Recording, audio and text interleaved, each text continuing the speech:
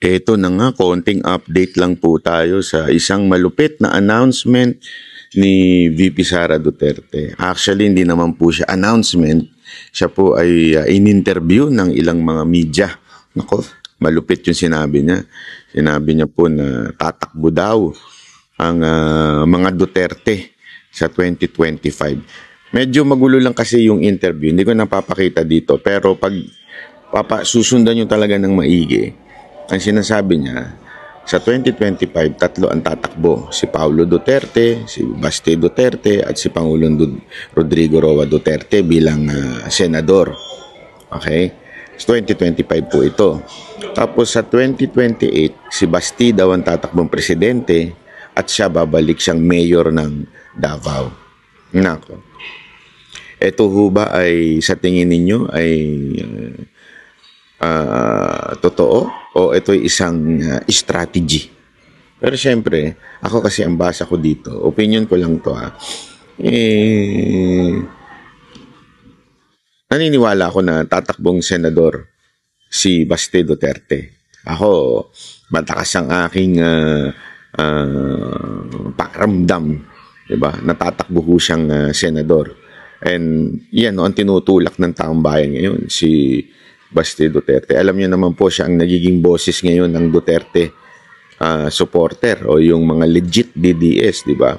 Siya ho ang boses ngayon at makikita niyo naman yung kanyang mga birada, kanyang mga banato sa administrasyon. At the same time, siya ho talaga yung merong nakuhang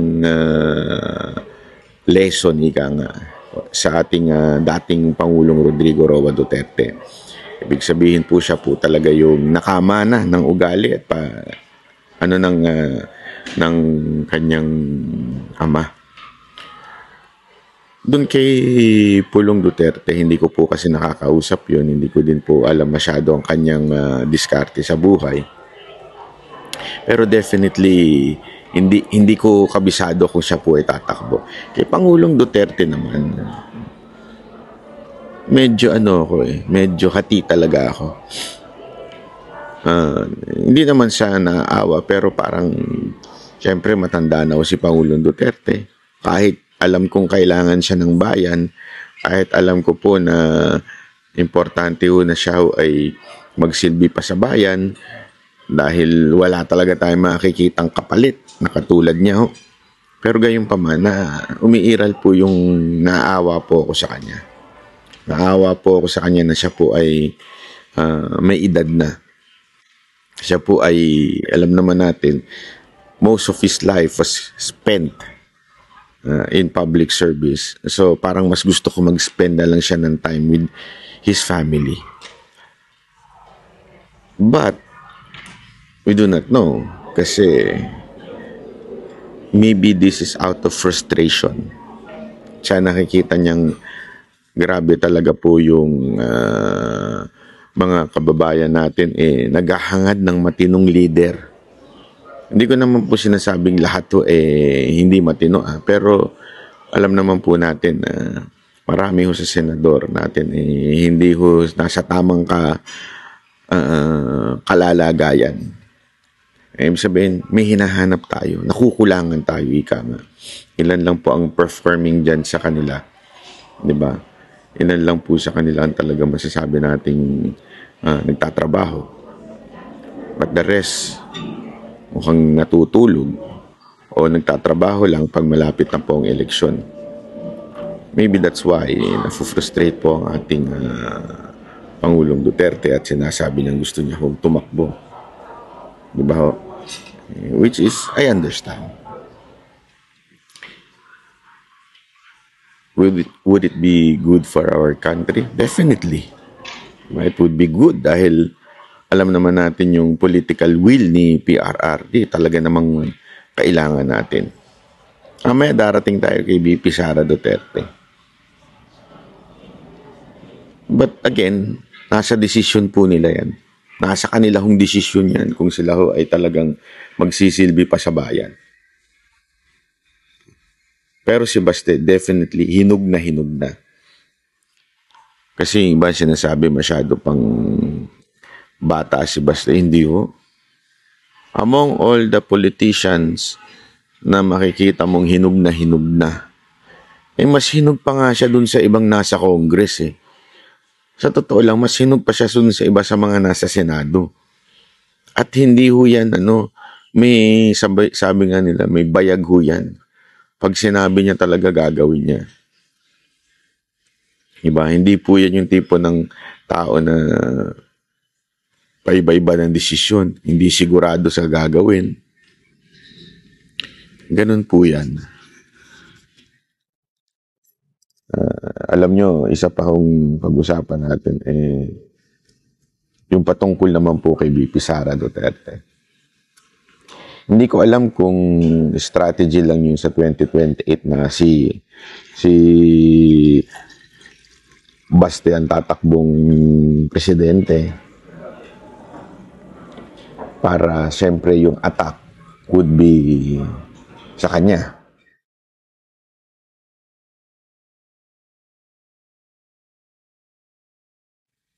Kasi sa tingin ko, ngayon pa ngang hindi nag-declare si VP Sara Duterte, yung mga bangag at bayarang vloggers, talaga nga namang double time sa paninira kay VP Sara Duterte. So ngayon, pwedeng mabaling ho dito kay Baste Duterte. Ito ba'y sinasabi nating niloloko nila ang taong bayan? Hindi ho. Kasi para makapag-concentrate ng trabaho si VP Sara Duterte.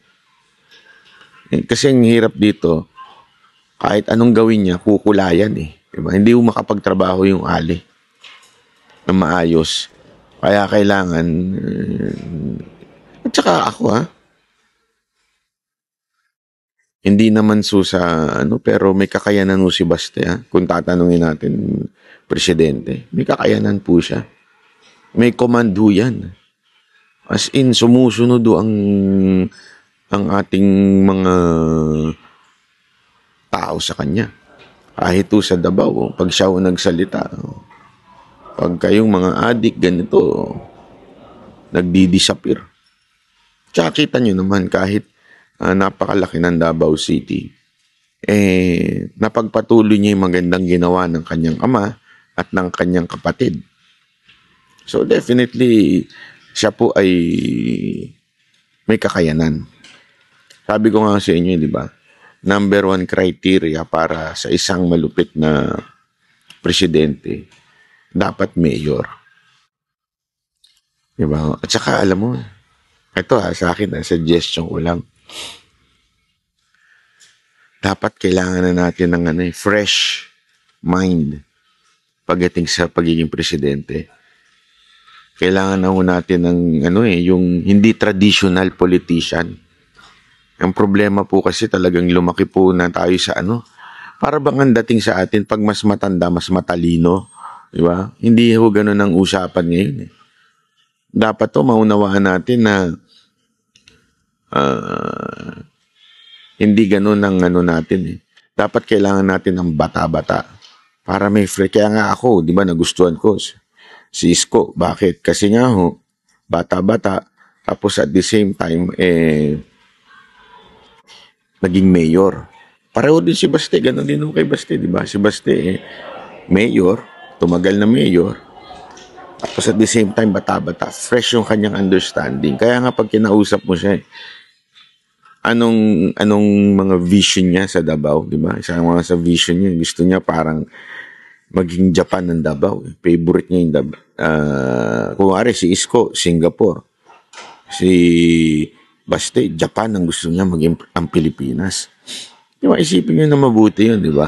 Yung mga kilala nating politiko, maging ating presidente, masasabi mo bang may fresh mind, may fresh vision?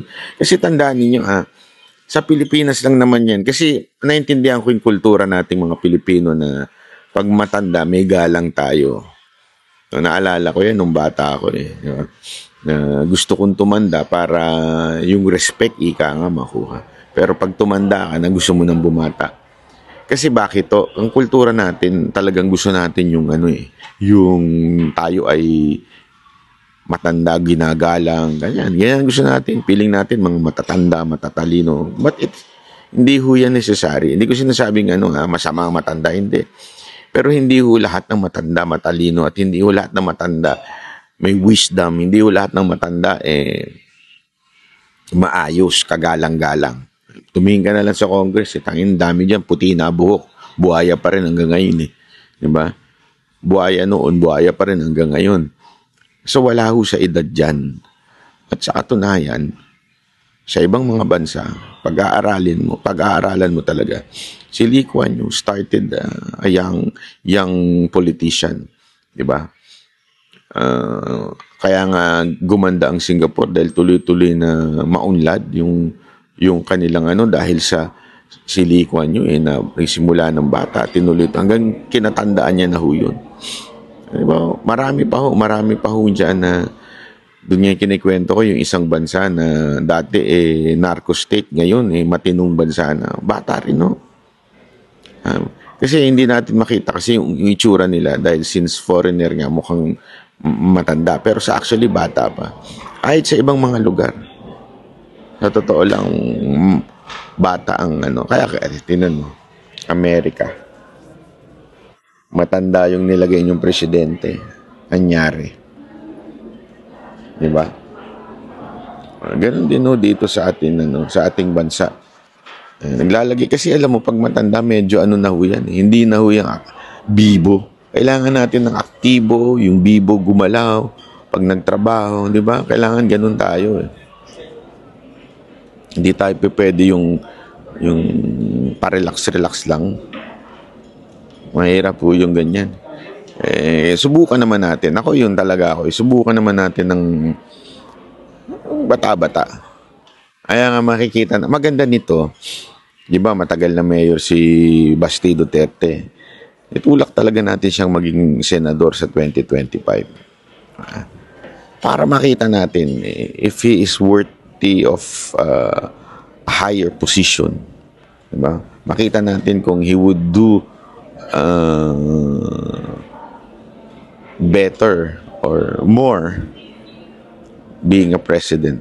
So, dun natin malalaman po yun. So, ako, agree ako dyan. Whether Baste o BP Sara Duterte, pareho pa rin silang bata. Gusto ko nga si BP Sara de Duterte din.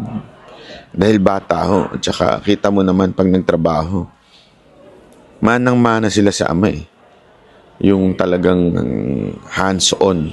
Ika nga. Hindi yung hands-on. Kasi marami dyan, hands-on lang. Pag election na. Yung nagdi-disappear habang hindi, para nag-hibernate. Pagka tapos na election, ang dami dyan na politiko. Tapos pagka malapit na election, yun, simula nang nag-iingay. Diba? Pag tinanong nyo ang mga taga Davao, si Basti po, talaga nag-iikot sa mga barabarangay yan. Tulad din ng kanyang ama. Pareho-pareho sila ng kanyang ama Ganon din si BP Sara Duterte. Talagang hands-on sila sa pagtatrabaho. Kasi, yan parte ng kanilang pamilya yan Kaya nga minsan may makikita tayong magkakaiba sila ng statement kasi hindi sila nagkikita at nag-uusap pero first time lang nila nagkita sa Davao this time at pinag-usapan nga nila yung plano nila sa career nila. So that would be alam mo yun, perfect. Diba? So kayo, ano sa tingin ninyo? Kayo po ba ay agree na tumakbo? Ano ba? Ako kasi, para sa atin, mga banateros, tayo mga legit na Duterte supporter, natin? I-push natin si Baste. Si Sir Pulong kasi hindi ko pa masyado nakikitang Gusto ko rin naman siya. Okay, gusto ko rin po siya na tumakbo senador. Kaya lang hindi ako makapagbigay ng aking opinion kasi nga hindi ko masyado siya nasusubaybayan dahil di rin siya mahilig. Kasi ang mga Duterte hindi mahilig sa camera Hindi mahilig sa interview 'Di ba? I hope talaga they would really consider this. Ang ganda nun, 3 Duterte sa Senado. Basta ako, ano sa akin to, sobrang approve. Kaya nga ngayon, nangangatog na yung mga animal eh. Nangangatog na po sila. Talagang hindi na nila malubos maisip. Si VP Sara Duterte nga, hirap patumbahin eh. Kahit anong gawin namin, hindi talaga tumutumba. Tapos ngayon, 3 Duterte pa. Patay tayo dyan. Natataranta na sila ngayon, sigurado. Ngayon, kaliwat kanan ng emergency meeting ngayon. Natataranta, isipin mo. Si VP Sara na nga lang ang 2 taon nilang sinisiraan. Patuloy ang taas ng trust rating. Mas nauuna pa sa presidente. Number 1 ng departamento. Lahat number 1. Isipin mo yan ha. 2 taon nilang sinisiraan. 2 taon sila nagbabayad sa mga vlogger para siraan. Pero hindi effective. Tapos dagdagan mo pa ng 3 Duterte. Pero tuwan-tuwa na naman sigurado dito yung mga bayarang vlogger. Tuwan-tuwa dito yung mga bayarang vlogger kasi sigurado uutusan sila. Bawat utos sa kanila, pera. Kaching! Yeah? Bawat utos sa kanila, meron silang limpak-limpak na salapi. Makakabili na naman sila ng kondo, ng mga sasakyan. Kakaiba talaga itong mga insimada vlogger, ano? Sige, mataranta kayo. Tingnan natin kung anong lakas ninyo. Pero ang tambay, hindi nyo maloloko. Mga taga Visayas at Mindanao, hindi nyo maloloko. Alam nila kung sino talaga yung merong malasakit sa kanila. Diba? Kita nyo naman sa Tacloban na lang, diba? Nakita nyo, naglabasan ng picture ni Baste. Wala yun ha. Ang tagal nakatago nun. Walang hinukay na lang sa baul yun. Na talagang tumulong pala siya kahit bata pa siya nun. Ganong kalupit yung mama na yun. Silent worker. Ika nga. Abang-abang lang tayo. Okay?